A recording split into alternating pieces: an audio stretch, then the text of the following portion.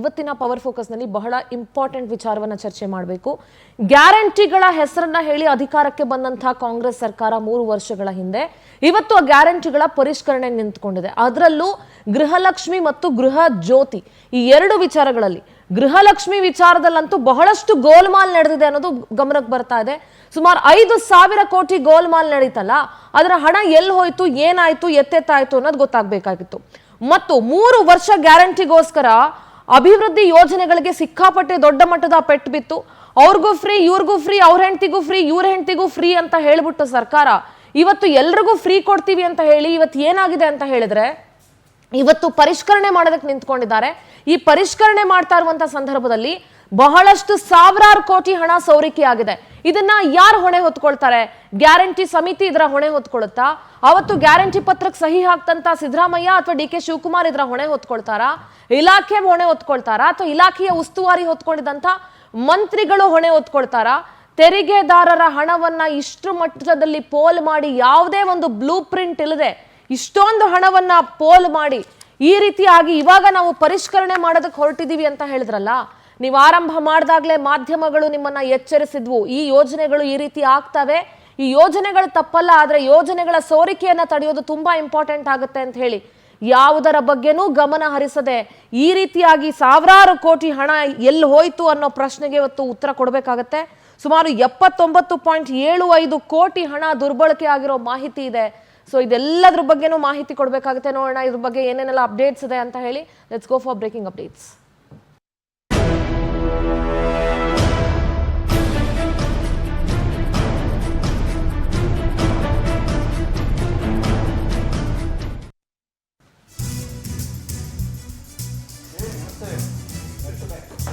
Guarantee ಜನರಿಗೀಗ ಗೊಂದಲ. Guarantee ಜನರಿಗಿಂತ ಹೆಚ್ಚಾಗಿ ಸರ್ಕಾರದವ್ರಿಗೆ ಗೊಂದಲ ಇದೆ.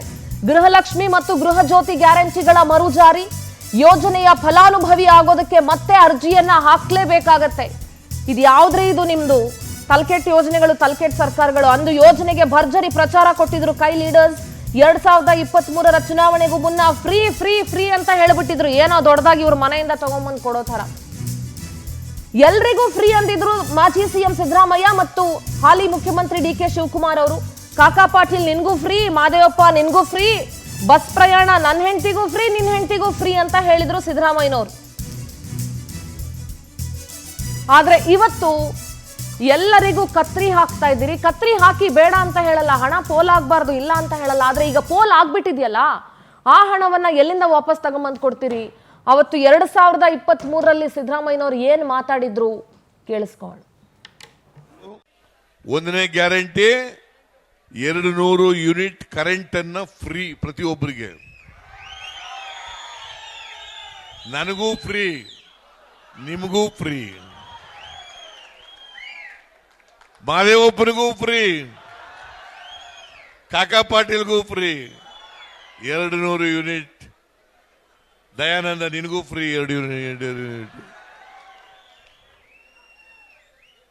ಜೊತೆಗೆ ಯಾರು ಮನೆ ಯಜಮಾನಿ, ಹೇಳ್ತೀನಿ, ಮನೆ ಯಜಮಾನಿ ಯಾರಿರ್ತಾರೆ, ಮನೆ ಯಜಮಾನಿಗೆ ತಿಂಗಳಿಗೆ 2,000 ರೂಪಾಯಿ. ತಿಂಗಳಿಗೆ ನಿನಗಿಲ್ಲ, ನಿಮ್ಮ ಮನೆಯವರಿಗೆ, ಅವ್ರ ಅಕೌಂಟಿಗೆ 2,000 ರೂಪಾಯಿ. ವರ್ಷಕ್ಕೆ ಎಷ್ಟಾಯ್ತು? 24,000 ರೂಪಾಯಿ. ಯಾರು ಯುವಕರು ಉದ್ಯೋಗ ಇಲ್ಲ, BSc, BCom, BA, MCom, MSc, MA, doctor, engineer ಓದಿರ್ತಕ್ಕಂಥವ್ರಿಗೆ ಅವರಿಗೆ 3,000 ರೂಪಾಯಿ ಪ್ರತಿ ತಿಂಗಳು ಕೊಡ್ತೀವಿ. 2023ರ ಚುನಾವಣೆಗೂ ಮುನ್ನ ಗ್ಯಾರಂಟಿ ಬಗ್ಗೆ ಏನು ಸಿಕ್ಕಾಪಟ್ಟೆ ಪ್ರಚಾರ. ಮನೆ ಮನೆಗೂ ಹೋಗಿ ಸಹಿ ಹಾಕಿದ ಪತ್ರ ಹಂಚಿದ್ದು. 3 ವರ್ಷ ಗ್ಯಾರಂಟಿಗೋಸ್ಕರ ಅಭಿವೃದ್ಧಿ ಯೋಜನೆಗೆ ಎಷ್ಟು ದೊಡ್ಡ ಪೆಟ್ಟು ಬಿದ್ದಿದೆ ಅಂತ ರಾಜಕಾರಣಿಗಳು ಸಾವಿರ ಹೇಳಿರಿ. We know the truth, we knew the truth. ಈಗ ಸಿಎಂ ಡಿ ಕೆ ಶಿವಕುಮಾರ್ ಸರ್ಕಾರದಲ್ಲಿ ಹೊಸ ನಿರ್ಧಾರ. ಯೋಜನೆಗಳಲ್ಲಿ ಅಕ್ರಮ ತಡೆಗೆ ನಿರ್ಧಾರ ಅಂತ ಹೇಳಿದ್ದಾರೆ. ಅಕ್ರಮ ಯಾಕ್ರಿ ಮಾಡಿದ್ರಿ? ಯಾರು ಮಾಡಿದವರು? ಒಂದು ನಿಮ್ಮ ಮಿನಿಸ್ಟರ್ಗಳು ಮಾಡಿರ್ಬೇಕು, ಇಲ್ಲ ನಿಮ್ಮ ಇಲಾಖೆ ಅಧಿಕಾರಿಗಳು ಮಾಡಿರ್ಬೇಕು. ನಿಮ್ಮದೇ ಸರ್ಕಾರ ಹಂಗಾದ್ರೆ ನೀವು ಇಂಡೈರೆಕ್ಟ್ ಆಗಿ ಒಪ್ಕೊಳ್ತಾ ಇದ್ದೀರಿ ಡಿ ಕೆ ಶಿವಕುಮಾರ್ ಅವರೇ. ನಿಮ್ಮ ಹಿಂದಿನ ಸರ್ಕಾರದಲ್ಲಿ ಅಂದ್ರೆ ಈ 3 ವರ್ಷದ ಸರ್ಕಾರದಲ್ಲಿ ಭ್ರಷ್ಟಾಚಾರ ನಡೆದಿದೆ, ಸೋರಿಕೆ ಆಗಿದೆ ಅಂತ ನೀವು ಒಪ್ಕೊಳ್ತಾ ಇದ್ದೀರಿ. ಹಾಗಾದ್ರೆ ಸತ್ತವರ ಖಾತೆಗಳಿಗೂ ಹಣ, ತೆರಿಗೆ ಪಾವತಿದಾರರ ಖಾತೆಗೂ ಹಣ ಯಾಕೆ ಕೊಡ್ಬೇಕಾದ್ರೆ ಚೆಕ್ ಮಾಡ್ಕೊಂಡು ಕೊಡ್ಬೇಕು ಅನ್ನೋ ಜ್ಞಾನ ಇರಲಿಲ್ವಾ ನಿಮ್ಗೆ? ಯೋಜನೆ ದುರ್ಬಳಕೆ ತಡೆಯೋದಕ್ಕೆ ಬಯೋಮೆಟ್ರಿಕ್ ಜಾರಿ ಮಾಡೋ ಪ್ರಸ್ತಾಪ ಮಾಡ್ತಾ ಇದ್ದೀರಿ. ಗೃಹ ಜ್ಯೋತಿ ಯೋಜನೆಯಲ್ಲೂ ಅಕ್ರಮ ತಡೆಗೆ ಮರು ಅರ್ಜಿ ಹಾಕಬೇಕು ಅಂತ ಹೇಳ್ತಾ ಇದ್ದೀರಿ. ಇದ್ರ ಬಗ್ಗೆ ಮಾನ್ಯ ಮುಖ್ಯಮಂತ್ರಿಗಳು ಏನ್ ಮಾತಾಡಿದ್ರು ಕೇಳಿಸ್ಕೊಳ್ಳಿ. ಕರೆಂಟು ಕೂಡ ಗ್ಯಾರಂಟಿನ ನಾವು ವಾಪಸ್ಸು ಯಾರು ಕರೆಕ್ಟು ಫೋಟೋಸು ಐಡೆಂಟಿಫಿಕೇಶನ್ ಬೇಕು. ಆಗ ಏನೋ ತರಾತುರಿಲಿ ಕೆಲವರೆಲ್ಲ ಯಾರ್ದೋ ಫೋನ್ ನಂಬರ್ ಕೊಟ್ಬಿಟ್ಟಿದ್ದಾರೆ, ಯಾರ್ದೋ ಅಕೌಂಟ್ ದುಡ್ಡು ಹೋಗ್ತಾ ಇದೆ. ನಮಗೆ ನೇರವಾಗಿ ಕರೆಕ್ಟಾಗಿ ಅವ್ರ ಅಕೌಂಟ್ಗೆ ದುಡ್ಡು ಹೋಗಬೇಕು. ಯಾರ್ಯಾರೋ ಡ್ರಾ ಮಾಡ್ತಾ ಇದ್ದಾರೆ, ಅದೆಲ್ಲ ನಮ್ಮ ಹತ್ರ ಎಲ್ಲ ದಾಖಲೆ ಇದೆ. ಆಮೇಲೆ ಕರ್ನಾಟಕದವ್ರಿಗೆ ನಾವು ಈ ಗ್ಯಾರಂಟಿ ಕೊಡ್ತಾ ಇರೋದು, ಹೊರಗಡೆ ರಾಜ್ಯದವ್ರಿಗೆ ಗ್ಯಾರಂಟಿ ಕೊಡ್ತಾ ಇಲ್ಲ. ಬಸ್ಸಲ್ಲಿ ಕರೆಂಟು ಕೂಡ ಕರ್ನಾಟಕ ರಾಜ್ಯದಲ್ಲಿ ಯಾರು ವೋಟ್ ಇದೆ ಅವ್ರು ಕೊಡಬೇಕು, ವೋಟ್ ಇಲ್ಲದೆ ಹೋದವ್ರಿಗೆ ಯಾರು ಕೊಡಬೇಕು? ಯಾಕೆ ಕೊಡ್ಬೇಕು? ನಾವು ಗ್ಯಾರಂಟಿನ ನಾವು ವಾಪಸ್ಸು ಯಾರು ಕರೆಕ್ಟು ಫೋಟೋಸು ಐಡೆಂಟಿಫಿಕೇಶನ್ ಬೇಕು. ಆಗ ಏನೋ ತರಾತುರಿಲಿ ಕೆಲವರೆಲ್ಲ ಯಾರ್ದೋ ಫೋನ್ DBT ಮುಖಾಂತರ ಫಲಾನುಭವಿಗಳ ಖಾತೆಗೆ ಹಣ ಹಾಕ್ತೀವಿ, ಡೈರೆಕ್ಟ್ ಆಗಿ ಹಾಕ್ಬಿಡ್ತೀವಿ ಅಂತ ಅಂದ್ರಲ್ಲ, ಈ ನೇರ ನಗದು ಯೋಜನೆಯಡಿ ಭಾರಿ ದೊಡ್ಡ ಮಟ್ಟದಲ್ಲಿ ದುರ್ಬಳಕೆ ಆಗಿದೆ. ಇನ್ನೇನಾದ್ರೂ ನೀವು ಇನ್ನೆಂಗೆಂಗೋ ಹಣ ಹಾಕೋದು ಹಾಕ್ಬಿಟ್ಟಿದ್ರೆ ಇನ್ನೇನೇನು ಗೋಲ್ಮಾಲ್ ಆಗಿರೋದೋ ಗೊತ್ತಿಲ್ಲ. ಸತ್ತವರ ಖಾತೆಗೂ ಹಣ ಹೋಗಿದೆ, ಬ್ಯಾಂಕ್ ಹೆಸರೇ ಇಲ್ಲದೆ ಹಣ ವರ್ಗಾವಣೆ ಹೆಂಗ್ ಮಾಡಿದ್ರಿ? ಬ್ಯಾಂಕ್ ಡೀಟೇಲ್ಸೇ ಇಲ್ಲದೆ ಸತ್ತವರ ಖಾತೆಗೆ ಹಣ ಹಾಕಿದಿರಲ್ಲ, ಬ್ಯಾಂಕ್ ಹೆಸರೇ ಇಲ್ಲದೆ ಹಣ ಹೆಂಗೋಯ್ತು? ಮನೆಗಳ ಹೆಸರಲ್ಲಿ ವಾಣಿಜ್ಯ ಕಟ್ಟಡಗಳ ಕೂಡ ಬಳಕೆ ಮಾಡ್ಕೊಳ್ತಾ ಇದಾರಲ್ಲ ಗೃಹ ಜ್ಯೋತಿ ವಿಚಾರದಲ್ಲಿ.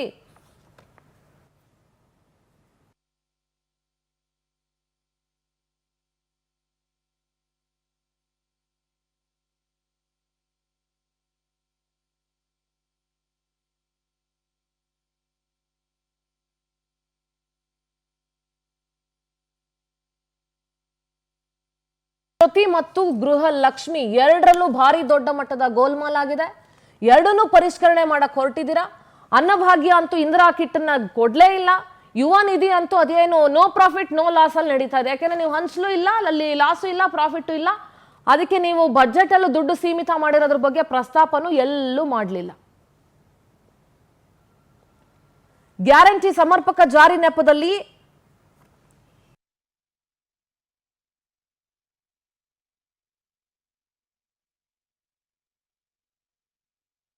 ಗೋಲ್ಮಾಲ್ಗಳು ನಡೀತಾ ಇದೆ ನೋಡಿ. ಒಂದು ಹೇಳ್ಬಿಡ್ತೀನಿ, 68,776 ಸತ್ತವರ ಖಾತೆಗೆ ಗೃಹಲಕ್ಷ್ಮಿ 2,000 ರೂಪಾಯಿ ತಿಂಗಳಿಗೆ ಹಾಕಿದಿರಲ್ಲ ನೀವು.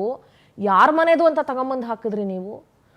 ನಿಮ್ಮ ಅಧಿಕಾರಿಗಳ ಸಂಬಳದಲ್ಲಿ ಹಾಕಿದ್ರಾ, ಇಲ್ಲ ನೀವು ಶಾಸಕರುಗಳು ಸಚಿವರು ನಿಮ್ಮ ಮನೆಯಿಂದ ಏನಾದ್ರು ತಗೊಂಬಂದು ಕೊಟ್ಟಿದ್ದೀರಾ?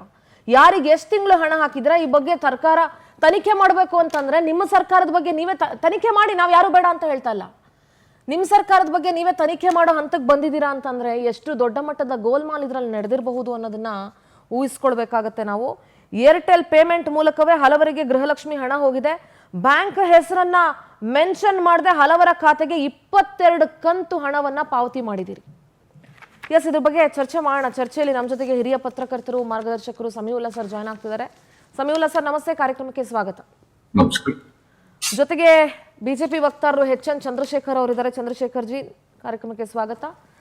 ನಿಜಾಮ್ ಫೌಜ್ದಾರ್ ಅವರಿದ್ದಾರೆ, ಕಾಂಗ್ರೆಸ್ ವಕ್ತಾರರು. ನಮಸ್ತೆ ನಿಜಾಮ್ ಜಿ, ಕಾರ್ಯಕ್ರಮಕ್ಕೆ ಸ್ವಾಗತ. ನಾನು ಮೊದಲಿಗೆ ಸಮೀವುಲ್ಲಾ ಸರ್ ಹತ್ರ ಮಾತಾಡ್ತೀನಿ. ಸಮೀವುಲ್ಲಾ ಸರ್, ಸರ್ಕಾರ ರಚನೆ ಮಾಡುವಂತ ಸಂದರ್ಭದಲ್ಲಿ ಯಾವಾಗ ಇವ್ರು ಗ್ಯಾರಂಟಿ ಗ್ಯಾರಂಟಿ ಗ್ಯಾರಂಟಿ ಅಂತ ಹೇಳ್ತಾ ಇದ್ರು, ಆಗ್ಲೇ ಮಾಧ್ಯಮಗಳು ಬಹಳಷ್ಟು ಬಾರಿ ಇವರನ್ನ ಎಚ್ಚರಿಸೋ ಕೆಲಸ ಮಾಡಿದ್ವು.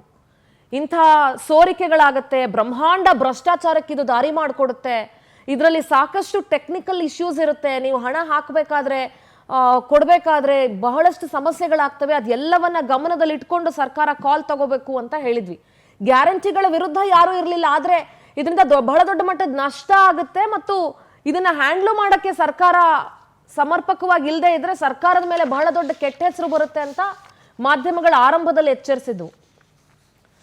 ಸರ್ ಮೂರ್ನಾಲ್ಕು ಪಾಯಿಂಟ್ ಹೇಳ್ಬಿಡ್ತೀನಿ, ಅದಕ್ಕೆ ನಾನು ನಿಮ್ಮಿಂದ ರಿಯಾಕ್ಷನ್ ಬಯಸ್ತೀನಿ ಸರ್. ಒಂದು, ಇಷ್ಟು ದೊಡ್ಡ ಸರ್ಕಾರ, ಒಂದು ರಾಜ್ಯದ ಸರ್ಕಾರ, ಡಿ ಕೆ ಶಿವಕುಮಾರ್ ಇವತ್ತು ಹೇಳೋದು ತರಾತುರಿಯಲ್ಲಿ ಅವಾಗ ಯಾವ್ಯಾವ್ದೋ ಫೋನ್ ನಂಬರ್ ಕೊಟ್ಬಿಟ್ರು ಏನೇನೋ ಆಗೋಯ್ತು ಅಂತ ಹೇಳಿ ಈ ರಾಜ್ಯದ ಮುಖ್ಯಮಂತ್ರಿ, ಅಂದಿನ DCM ಇಂದಿನ ಮುಖ್ಯಮಂತ್ರಿ ಹೇಳ್ತಾ ಇದ್ದಾರೆ ಸರ್, ಇಷ್ಟು ದೊಡ್ಡ ಸರ್ಕಾರ ತರಾತುರಿಯಲ್ಲಿ ಫೋನ್ ನಂಬರ್ ಕೊಟ್ಬಿಟ್ರೆ ಹೆಂಗೆ ತಗೊಂಡ್ಬಿಡುತ್ತೆ, ಇದು ಯಾವ ರೀತಿ ಆಡಳಿತ ವೈಖರಿ ಅನ್ನೋದು ಒಂದು ಪ್ರಶ್ನೆ. ಎರಡನೇ ಪ್ರಶ್ನೆ, 3 ವರ್ಷ ಆಗಿದೆ, ಈಗ 3 ವರ್ಷ ಆದಮೇಲೆ ಪರಿಷ್ಕರಣೆ ಮಾಡ್ತಾ ಇದ್ದಾರೆ. 3 ವರ್ಷದಲ್ಲಿ ಸಾವಿರಾರು ಕೋಟಿ ಸೋರಿಕೆ ಆಗಿದೆ. ಗೃಹಲಕ್ಷ್ಮಿಯಲ್ಲಿ ಸತ್ತವರ ಖಾತೆಗೆ ಹೋಗಿರುವಂತ ಹಣ ಬಿಟ್ಟು 2 ತಿಂಗಳು ಫೆಬ್ರವರಿ ಮಾರ್ಚದ ಹಣ ಕೊಟ್ಟಿರಲಿಲ್ಲ, ಅದ್ರಲ್ಲಿ 5,000 ಕೋಟಿ ಹಗರಣ ಆಗಿದೆ ಅನ್ನೋ ವಿಚಾರ ಬೆಳಗಾವಿ ಅಧಿವೇಶನದ ಸಂದರ್ಭದಲ್ಲಿ ಬಂದಿತ್ತು. ಅದು ಎರಡನೇ ಪ್ರಶ್ನೆ. ಮೂರನೇ ಪ್ರಶ್ನೆ, ಹಗರಣ ಆಗಿರೋ ದುಡ್ಡನ್ನ ಮತ್ತೆ ಪೂರೈಸೋರು ಯಾರು? ಈಗ ಸತ್ತೋರ್ ಅಕೌಂಟು, ಆ ಅಕೌಂಟು, ಈ ಅಕೌಂಟ್ಗಳಿಗೆ ಹೋಗಿರೋ ಹಣವನ್ನ ಇವ್ರು ಹೆಂಗ್ ವಾಪಸ್ ತಗೊಂಡು ಬರ್ತಾರೆ? ಯಾವ ಧೈರ್ಯದ ಮೇಲೆ ಇವರು ಹಣವನ್ನ ಹಂಚಿಕೆ ಮಾಡಿದ್ರು? ತೆರಿಗೆ ಹಣವನ್ನು ಹೆಂಗಿಂಗ್ ಪೋಲ್ ಮಾಡಿದ್ರು?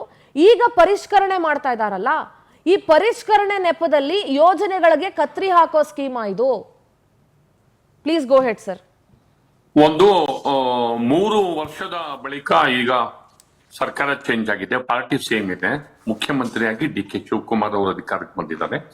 ಗ್ಯಾರಂಟಿ ಯೋಜನೆಗಳು ಈ ದೇಶದ ರಾಜಕಾರಣದಲ್ಲಿ ಚುನಾವಣಾ ರಾಜಕಾರಣವನ್ನ ಟ್ರೆಂಡ್ ಸೆಟ್ ಮಾಡಿದಂತಹ ಯೋಜನೆಗಳು ಕರ್ನಾಟಕದಿಂದ ಶುರುವಾಯಿತು. ಅದರ ಹಿಂದಿನ ಉದ್ದೇಶ ಕೂಡ ನಾನು ಸ್ವಾಗತಿಸ್ತೇನೆ, ಯಾಕೆಂದ್ರೆ ಯೋಜನೆಗಳನ್ನ ನಾನು ಬಲವಾಗಿ ವಿರೋಧ ಮಾಡೋದಾಗ್ಲಿ ಮತ್ತೊಂದಾಗ್ಲಿ ಹೋಗೋದಿಲ್ಲ. ಹೊಸ ಪರಿಷ್ಕರಣೆಗೆ ಕೈ ಹಾಕಿರುವಂತಹ ಹೊಸ ಮುಖ್ಯಮಂತ್ರಿಗಳು ಈ ಯೋಜನೆಗಳ ರೀಚು, ಫಲಾನುಭವಿಗಳಿಗೆ ಎಷ್ಟು ರೀಚ್ ಆಗಿದೆ ಮತ್ತು ಈ ಯೋಜನೆಗಳ ಇಂಪ್ಯಾಕ್ಟ್, ಈ ಯೋಜನೆಗಳ ಇಂಪ್ಯಾಕ್ಟ್ ಯಾಕೆ ಅಂತಂದ್ರೆ ರಿವಿಷನ್ ಆಗ್ತಾ ಹೋಗುತ್ತೆ. ಪ್ರತಿ ವರ್ಷ ಅಥವಾ 4 ವರ್ಷಕ್ಕೊಂದ್ಸರಿ, 5 ವರ್ಷಕ್ಕೊಂದ್ಸರಿ, ಎಷ್ಟು ವರ್ಷಕ್ಕೊಂದ್ಸರಿ ರಿವಿಷನ್ ಮಾಡ್ತೀವಿ ಅಂತ ಹೇಳ್ಬೇಕಾಗಿ ಬರುತ್ತೆ. ಮತ್ತೆ ಇವೆಲ್ಲದ್ರ ಬಗ್ಗೆ ಸರ್ಕಾರ ಒಂದು ರಿಪೋರ್ಟ್ ಅನ್ನ ಸಾರ್ವಜನಿಕವಾಗಿ ರಿಲೀಸ್ ಮಾಡ್ಬೇಕು. ಒಂದು ಯೋಜನೆ, ಹೊಸ ರೀತಿಯ ಯೋಜನೆ ಜಾರಿಗೆ ಬಂದು ಇಂಪ್ಲಿಮೆಂಟ್ ಆಗಿ ಸಂಬಂಧಪಟ್ಟ ವ್ಯಕ್ತಿಗಳಿಗೆ ರೀಚ್ ಆಗಿದೆಯಾ, ನಂಬರ್ 1. ನಂಬರ್ 2, ರೀಚ್ ಆದ ನಂತರ ಅವರ ಸಾಮಾಜಿಕ ಮತ್ತು ಆರ್ಥಿಕ, ಶೈಕ್ಷಣಿಕ ಇತ್ಯಾದಿ ಬದುಕಿನ ಮೇಲೆ ಇಂಪ್ಯಾಕ್ಟ್ ಆಗಿದೆಯಾ, ನಂಬರ್ 2. ನಂಬರ್ 3, ಅದು ಒಬ್ಬರೇ ಫಲಾನುಭವಿಗಳಿಗೆ ಎಷ್ಟೋ ಸರಿ ಎಬೋ ಇದು ಹೋಗ್ತಾರೆ, ಬಡತನದ ರೇಖೆಗಿಂತ ಮೇಲಕ್ಕೆ ಹೋಗ್ತಾರೆ, ಪಾವತಿ ಲೈನ್ ಹೋದ್ರೂ ಹೋಗಿರ್ಬಹುದು ಕೆಲವರು, ಅಂತವರಿಗೆ ಯೋಜನೆಗಳನ್ನ ಕಟ್ ಮಾಡ್ಬೇಕಾಗಿ ಬರುತ್ತೆ. ಹೀಗಾಗಿ ಅದರ ಸ್ಟೇಟಸ್ ಏನು, ಹೀಗೆ ಈ ಎಂಟೈರ್ ಸ್ಟೇಟಸ್ ಅನ್ನ ಸರ್ಕಾರ ಪಬ್ಲಿಷ್ ಮಾಡುತ್ತೆ. ಅದಕ್ಕೋಸ್ಕರ ಅಂತ ಅವ್ರು ರೂಟ್ ಲೆವೆಲ್ ಅನ್ನು ನೆಟ್ವರ್ಕ್ ಮಾಡಿದ್ದಾರೆ. ಅದಕ್ಕೆ ಗ್ಯಾರಂಟಿ ಸಮಿತಿಗಳು ಅಂತ ರಿಹ್ಯಾಬಿಲಿಟೇಷನ್ ಸೆಂಟರ್ ಮಾಡಿದ್ದಾರೆ, ಪುನರ್ವಸತಿ ಕೇಂದ್ರಗಳನ್ನು ಮಾಡಿದ್ದಾರೆ, ಇನ್ನೇನು ಅಲ್ಲ ಅವು. ಆಯ್ತಾ? ಸಾರಿ, ಇಲ್ಲೇ ಇಂಟರಪ್ಟ್ ಮಾಡ್ತಾ ಇದ್ದೀನಿ. ಪುನರ್ವಸತಿ ಕೇಂದ್ರಗಳು ಒಳಗಿರುವಂತ ಸಮಿತಿಲಿರುವಂತ ಜನರಿ ಮೆಂಬರ್ಗಳಿಗ ಅಥವಾ ಯೋಜನೆಗ ಸರ್? ಯೋಜನೆಗೆಲ್ಲ ಮೆಂಬರ್ಗಳಿಗೆ. ಆಲ್ ರೈಟ್ ಸರ್, ಮೆಂಬರ್ಗಳಿಗೆ. ಆಯ್ತಾ? ಹೀಗಾಗಿ ಇದೆಲ್ಲ ಇದ್ರ ಬಗ್ಗೆ ಒಂದು ಸ್ಟೇಟ್ಮೆಂಟ್ ಅನ್ನ, ಪಾರದರ್ಶಕವಾದಂತಹ ಸರ್ವೆ ರಿಪೋರ್ಟ್ ಅನ್ನ ಈ ಸರ್ಕಾರ ಮಾಡಬೇಕು, ನಂಬರ್ 1.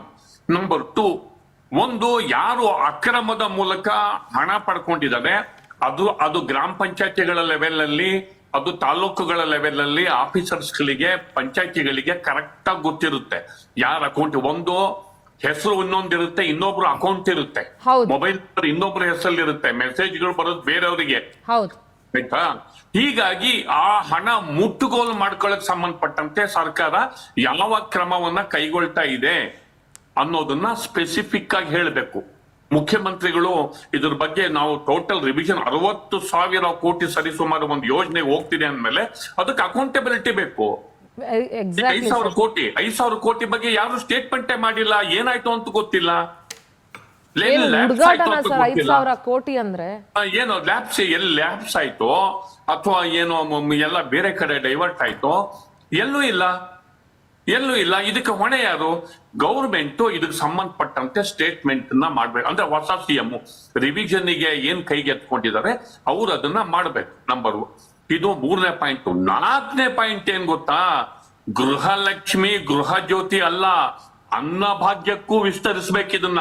Exactly sir, exactly. ಈ ಎಂಕ್ವೈರಿನ ಅನ್ನಭಾಗ್ಯಕ್ಕೂ ದೊಡ್ಡ ಸರ್ ಪಂಚ ಗ್ಯಾರಂಟಿಗಳಿಗೂ ರಿವಿಷನ್ ಆಗ್ಬೇಕು ಸರ್. ಪಂಚ ಗ್ಯಾರಂಟಿಗಳಿಗೂ ಶ್ವೇತಪತ್ರ ಹೊರಡಿಸಬೇಕು. 3 ವರ್ಷದಲ್ಲಿ ಈಗ ಗವರ್ಮೆಂಟ್ ಚೇಂಜ್ ಆಗಿರೋದ್ರಿಂದ, ಒಂದೇ ಪಕ್ಷದಲ್ಲಿದ್ರು ಗವರ್ಮೆಂಟ್ ಚೇಂಜ್ ಆಗಿರೋದ್ರಿಂದ ಶ್ವೇತಪತ್ರ ಹೊರಡಿಸ್ಬೇಕು ಅವರು.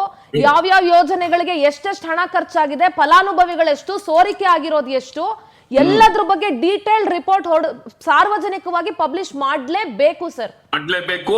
ಆಮೇಲೆ ಆಫೀಸರ್ಸ್ ಗಳನ್ನ ಹೊಣೆಗಾರರನ್ನಾಗಿ ಮಾಡಬೇಕು. ಈ ಕಮಿಟಿಗಳನ್ನ ವಿಸರ್ಜನೆ ಮಾಡ್ಬೇಕು. ಈ ಯಾವ್ದಿದು ಗ್ಯಾರಂಟಿ ಕಮಿಟಿಗಳು ಮಾಡಿದಾರಲ್ಲ, ವಿಸರ್ಜನೆ ಮಾಡ್ಬೇಕನ್ನ ಮೊದ್ಲು. ಸರ್ ಅವಶ್ಯಕತೆನೇ ಇಲ್ಲ ಸರ್. ಈಗ ಡಿಬಿಟಿ ಮುಖಾಂತರ ಹಣ ಹಾಕೋದಿದ್ರೆ ಏನಕ್ಕೆ ಬೇಕು ಸರ್? ಆಫೀಸರ್ಸ್ ಗಳನ್ನ ಅಕೌಂಟೇಬಲ್ ಮಾಡಬೇಕು. ಇದರಲ್ಲಿ ಆಫೀಸರ್ಸ್ ನೆಟ್ವರ್ಕ್ ಇದೆ. ಅದು ಒಂದೇ, ಯಾವುದು ಗೃಹಲಕ್ಷ್ಮಿ ಗೃಹ ಜ್ಯೋತಿ ಅಲ್ಲ, food department including food department. ಹೌದು, ಆಫೀಸರ್ಸ್ ನ ಅಕೌಂಟೇಬಲ್ ಮಾಡಬೇಕು. ಹೀಗಾಗಿ ಇದು ಒಂದು ದೊಡ್ಡ ಮೇಜರ್ ಸರ್ಜರಿ. ಮುಖ್ಯಮಂತ್ರಿಗಳು ಈ ಮೇಜರ್ ಸರ್ಜರಿಗೆ ಏನ್ ಕೈ ಹಾಕಿದ್ದಾರೆ, ನಾನು ಅದನ್ನು ವೆಲ್ಕಮ್ ಮಾಡ್ತೀನಿ. ಆದ್ರೆ ಮೇಜರ್ ಸರ್ಜರಿನಲ್ಲಿ ಹೊಣೆಗಾರಿಕೆಯನ್ನ, ಅಕೌಂಟಬಿಲಿಟಿನ ಫಿಕ್ಸ್ ಮಾಡಬೇಕು ಮತ್ತು ಹೋಗಿರುವಂತಹ ಹಣ ವಾಪಸ್ ಬರಬೇಕು. ಎಸ್ ನಿಜಾಮ್ಜಿ, ಅಫ್ಕೋರ್ಸ್ ಪರಿಷ್ಕರಣೆಯನ್ನ ನಾವು ವೆಲ್ಕಮ್ ಮಾಡ್ತೀವಿ, ಮಾಡಲ್ಲ ಅಂತ ನಾನು ಹೇಳಕ್ ಹೋಗಲ್ಲ. ಯಾಕೆಂದ್ರೆ ಇನ್ನಾದ್ರೂ ಸೋರಿಕೆ ಆಗೋದು ನಿಲ್ಲಲಿ ಅಂತ. ಓಕೆನಾ, ಇನ್ನಾದ್ರೂ ಸೋರಿಕೆ ಆಗ್ತಿದೆಯಲ್ಲ ನಿಲ್ಲಲಿ ಅಂತ. ಆದ್ರೆ ಈಗ ಸೋರಿಕೆ ಆಗೋಗಿದೆಯಲ್ಲ ಹಣ, ಅದಕ್ಕೆ ಯಾರು ಹೊಣೆ? ಅದನ್ನ ಜವಾಬ್ದಾರಿ ಯಾರು? ಗ್ಯಾರಂಟಿ ಸಮಿತಿ ಅದನ್ನ ಜವಾಬ್ದಾರಿ ಹೊತ್ಕೊಳುತ್ತಾ? ಇಲಾಖೆಯ ಉಸ್ತುವಾರಿ ಯಾರೋ ಇಸ್ಕೊಂಡಿರೋ ಮಿನಿಸ್ಟರ್ಗಳು ಅದರ ಜವಾಬ್ದಾರಿ ಹೊತ್ಕೊಳ್ತಾರಾ? ಅಥವಾ ಹಿಂದೆ ಸೈನ್ ಮಾಡಿಕೊಟ್ಟಿದ್ರಲ್ಲ ಗ್ಯಾರಂಟಿ ಪತ್ರಗಳಿಗೆ ಮಾಜಿ ಸಿಎಂ ಸಿದ್ದರಾಮಯ್ಯನವರು ಮತ್ತು ಇವತ್ತಿನ ಸಿಎಂ ಡಿ ಕೆ ಶಿವಕುಮಾರ್ ಅವ್ರ ಜವಾಬ್ದಾರಿ ಹೊತ್ಕೊಳ್ತೀರಾ? ಯಾರು ಜವಾಬ್ದಾರಿ ಹೊತ್ಕೊಳ್ತೀರಾ? ಯಾಕೆಂದ್ರೆ ಇದು ಕರ್ನಾಟಕದ ಜನರ ತೆರಿಗೆ ಹಣ. ಒಂದು ವರ್ಗದಿಂದ ತೆರಿಗೆ ತಗೊಂಡು ನೀವು ಇನ್ನೊಂದು ವರ್ಗಕ್ಕೆ ಅದು ಹಣ ಕೊಡ್ತಾ ಇದ್ದೀರಾ. ಇದು ಸರ್ಕಾರದ ಒಳಗಿರೋರಿಂದ ಯಾರು ತಂದ್ಕೊಡ್ತಾ ಇರೋ ಹಣ ಅಲ್ಲ. ಸೊ ಇದಕ್ಕೆ ಅಕೌಂಟಬಿಲಿಟಿ ಬೇಕಾಗುತ್ತೆ, 100% ಬೇಕಾಗುತ್ತೆ. ₹1 ₹2 ಹಣ ಅಲ್ಲ. ಇನ್ನೊಂದು ಯೋಜನೆಯನ್ನ ಜಾರಿಗೆ ತರಬೇಕಾದ್ರೆ ಒಂದು ಪ್ರಾಪರ್ ಬ್ಲೂ ಪ್ರಿಂಟ್ ಬೇಕಾಗುತ್ತೆ ಯಾವುದೇ ಸರ್ಕಾರಗಳಿಗೆ. ಯಾಕೆಂದ್ರೆ ಇದೊಂದು ರಾಜ್ಯ ಸರ್ಕಾರ, ಯಾವುದೋ ಸಣ್ಣ ಪುಟ್ಟ ಒಂದು ಸಂಘ ಸಂಸ್ಥೆ ಅಲ್ಲ. ಇದು ಒಂದು ಮನೇಲೇನೆ ಒಂದು ಲೆಕ್ಕಾಚಾರದ ಮೇಲೆ, ಒಬ್ಬ ಮನೆಯ ಹಿರಿಯನ ಸಂಬಳದ ಮೇಲೆ ಇಡೀ ಮನೆ ನಡೆಯುವಾಗ ಮನೇಲೆ ಒಂದು ಲೆಕ್ಕಾಚಾರ ಇರುತ್ತೆ. ಅಂಥದ್ರಲ್ಲಿ ಒಂದು ರಾಜ್ಯ ಸರ್ಕಾರದ ಹತ್ರ ಅಕೌಂಟಬಿಲಿಟಿ ಇರಬೇಕಾಗತ್ತೆ. ಇಷ್ಟು ಉಡಾಫೆಯಿಂದ 1,000 ಕೋಟಿ ಹೋಗಿದೆ ಅಂತ ಹೇಳೋದಾಗ್ಬಿಟ್ರೆ 10,000 ಕೋಟಿ ಎಲ್ಲಿಗೆ ಹೋಯ್ತು ಅನ್ನೋದು ಬೇಕು. ಗೃಹಲಕ್ಷ್ಮಿ 5,000 ಕೋಟಿ ಹಗರಣದ ಬಗ್ಗೆ ಯಾಕೆ ಯಾರು ಬಾಯಿ ಬಿಚ್ತಾ ಇಲ್ಲ? ನೀವುಗಳು ಬಾಯಿ ಮುಚ್ಕೊಂಡಿದ್ದೀರಿ. ಇದೆಲ್ಲದಕ್ಕೂ ಉತ್ತರ ಬೇಕು ನಿಜಾಮ್. ನೋಡಿ ಸಿಂಧುರಾಜಿ, ಗೌರ್ಮೆಂಟ್ ಬಂದಾಗ ಪ್ರಾಸೆಸ್ ಭಾಳ ಸರಳಾಗಿ ವೆರಿ ಸಿಂಪಲ್ 3 ಸ್ಟೆಪ್ ಪ್ರಾಸೆಸ್ ಇದ್ದಿದ್ದು.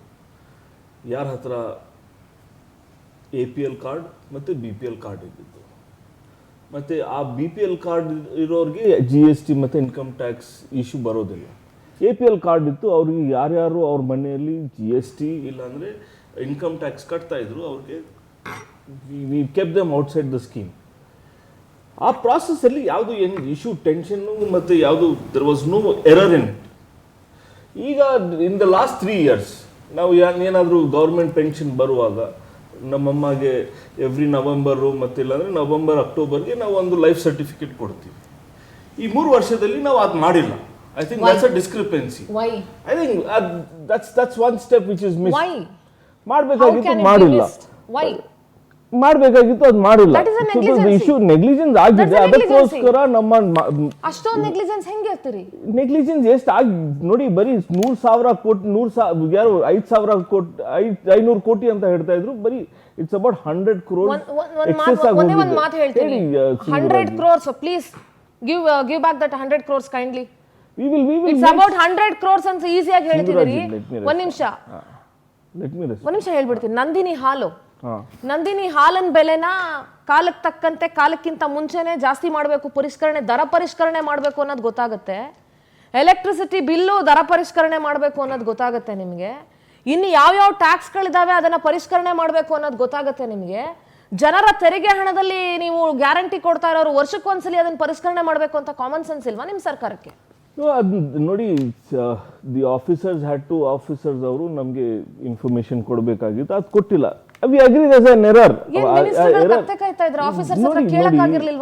ನೋಡಿ ಆಗಿರೋದು ಅದಕ್ಕೋಸ್ಕರ when we did a 3 year review ಕಮಿಟಿಯಲ್ಲಿ ಏನು ಮಾಡಬೇಕು, ಹೇಗೆ ನಾವು ಇನ್ನು ಸ್ಟ್ರೀಮ್ಲೈನ್ ಹೇಗೆ ಮಾಡಬೇಕು ಅಂತ ಒಂದು ಮೀಟಿಂಗ್ ತಗೊಳ್ಳುವಾಗ when we did a lot of investigation, V did a lot of deep analysis. ಅದಾದಮೇಲೆ ಗೊತ್ತಾಯಿತು ನಿಯರ್ಲಿ 1.5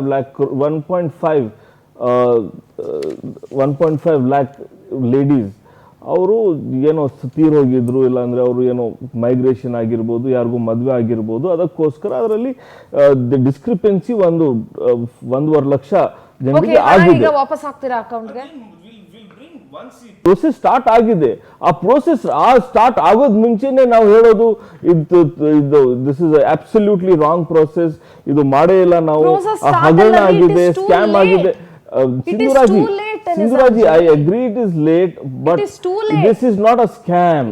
ಈ ಬಿಜೆಪಿ ಅವರು ಮತ್ತೆ ಎಲ್ಲರೂ ಹೇಳ್ತಾವ್ರೆ ಈ ಸ್ಕ್ಯಾಮ್ ಅಂತ. ಇದು this is direct to beneficiary transfer. This discrepancy, it's not 5,000 ಕೋಟಿ, it's 100 crores. No, ನಿಮ್ಗೆ ಯಾರು ಮಾಹಿತಿ ಕೊಟ್ಟಿದ್ದಾರೆ?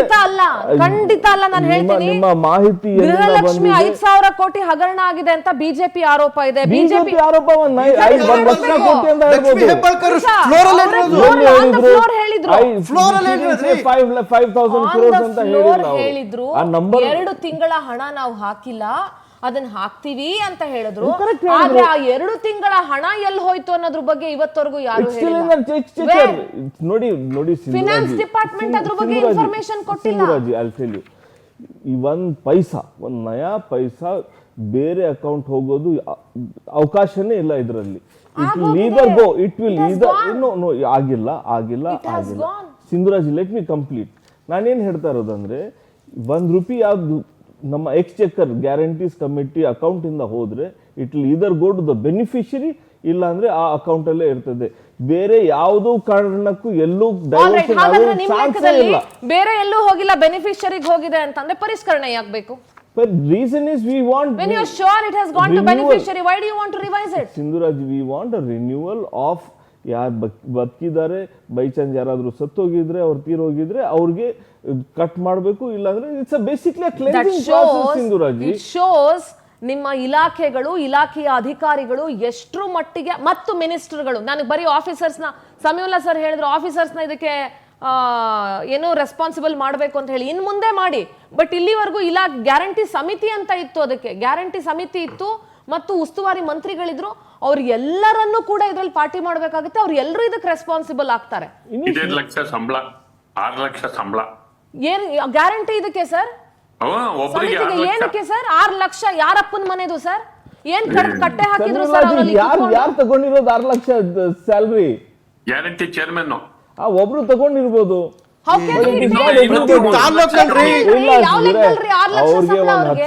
ಕ್ಯಾಬಿನೆಟ್ ಮಿನಿಸ್ಟರ್ ರ್ಯಾಂಕಿಂಗ್ ಕೊಟ್ರಿ ನೀವು, ಯಾವ ಲೆಕ್ಕದಲ್ಲಿ 6 ಲಕ್ಷ ಸಂಬಳ? ಏನ್ ಕಟ್ಟೆ ಹಾಕಿದಾರೆ ಅವರು ಅಂತ 6 ಲಕ್ಷ ಸಂಬಳ ಕೊಡ್ಬೇಕು? ಗ್ಯಾರಂಟಿ ಸಮಿತಿ ಅಂತ ಒಂದು ಮಾಡಿದ್ರಿ, ಆ ಸಮಿತಿನೂ ನೆಟ್ ಕೆಲಸ ಮಾಡಕ್ಕಾಗಿಲ್ಲ. ಸಮಿತಿ ಮಾಡಿ ಅದಕ್ಕೊಬ್ರು ಮಂತ್ರಿ ಇದ್ದು, ಅದಕ್ಕೊಬ್ರು ಅಧ್ಯಕ್ಷರಿದ್ರು, ಅದಕ್ಕೊಂದು ಮೆಂಬರ್ಗಳಿದ್ದು, ನಿಮ್ಮ ಕಾರ್ಯಕರ್ತರ ಒಂದಷ್ಟು ಸಮಾಧಾನ ಮಾಡೋದಕ್ಕೆ ಅವ್ರನ್ನ ಮೆಂಬರ್ಗಳನ್ನಾಗಿ ಮಾಡಿದ್ರಿ, ಅವ್ರಿಗೆ ಸಂಬಳ ಅಂತ ಕೊಟ್ರಿ. ಅಷ್ಟಾದ್ರೂ ಇದು ನಿಮ್ ಹಣೆ ಬರ. ಬರೀ 100 ಕೋಟಿ ಅದರಲ್ಲಿ ಕೊಡ್ತೀವಿ. ಆದ್ರೆ ಅದು 5,000 ಕೋಟಿ ಅಂತ ಎಲ್ಲರೂ ಹೇಳ್ತಾವ್ರಲ್ಲ, 5,000 ಕೋಟಿ ಯಾವ ಕಾರಣಕ್ಕೂ ಸಿಂಧುರಾಜಿ ಅದು ವಾಪಸ್ ಬಂದೇ ಬರ್ತದೆ, ರಿಕವರಿ ಮಾಡೋಣ. ಆದ್ರೆ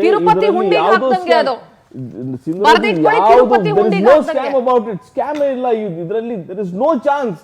1 ನಯಾ ಪೈಸಾ ಈ ಅಕೌಂಟ್ ಇಂದ ಅಕೌಂಟ್ ಹೋಗ್ಬೇಕಂದ್ರೆ it has to be a beneficiary account, ಇಲ್ಲ ಅಂದ್ರೆ ಚಾನ್ಸೇ ಇಲ್ಲ.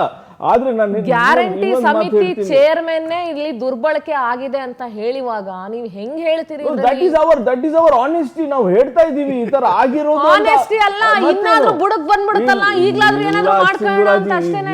ನೋಡಿ ನಮ್ಮ ಇಂಟೆನ್ಷನ್ಸ್ ನೋಡ್ಬೇಕು. ನಾವು ಜನರಿಗೆ ಅವಕಾಶ ಮಾಡ್ಕೊಡ್ಬೇಕು ಅಂತ. ನಾವಿಬ್ರು ಹಿಂಗ್ ಕುತ್ಕೊಂಡು ಚರ್ಚೆ ಮಾಡೋ ಸಂದರ್ಭನೇ ಬರ್ತಾ ಇರ್ಲಿಲ್ಲ. I agree, you have a moral right to do it, but BJP has no moral right. ಈಗ ನಾನು ಮಾತಾಡ್ತೀನಿ, ಆವಾಗ ಗೊತ್ತಾಗುತ್ತೆ. Journalist, you have every right to ask me a question and I will answer. ಅದಕ್ಕೆ ಉತ್ತರ ಕೊಡ್ತೀನಿ. ಆದ್ರೆ ಬಿಜೆಪಿ ಅವರಿಗೆ ಯಾವುದು ನೈತಿಕ ಆಧಾರ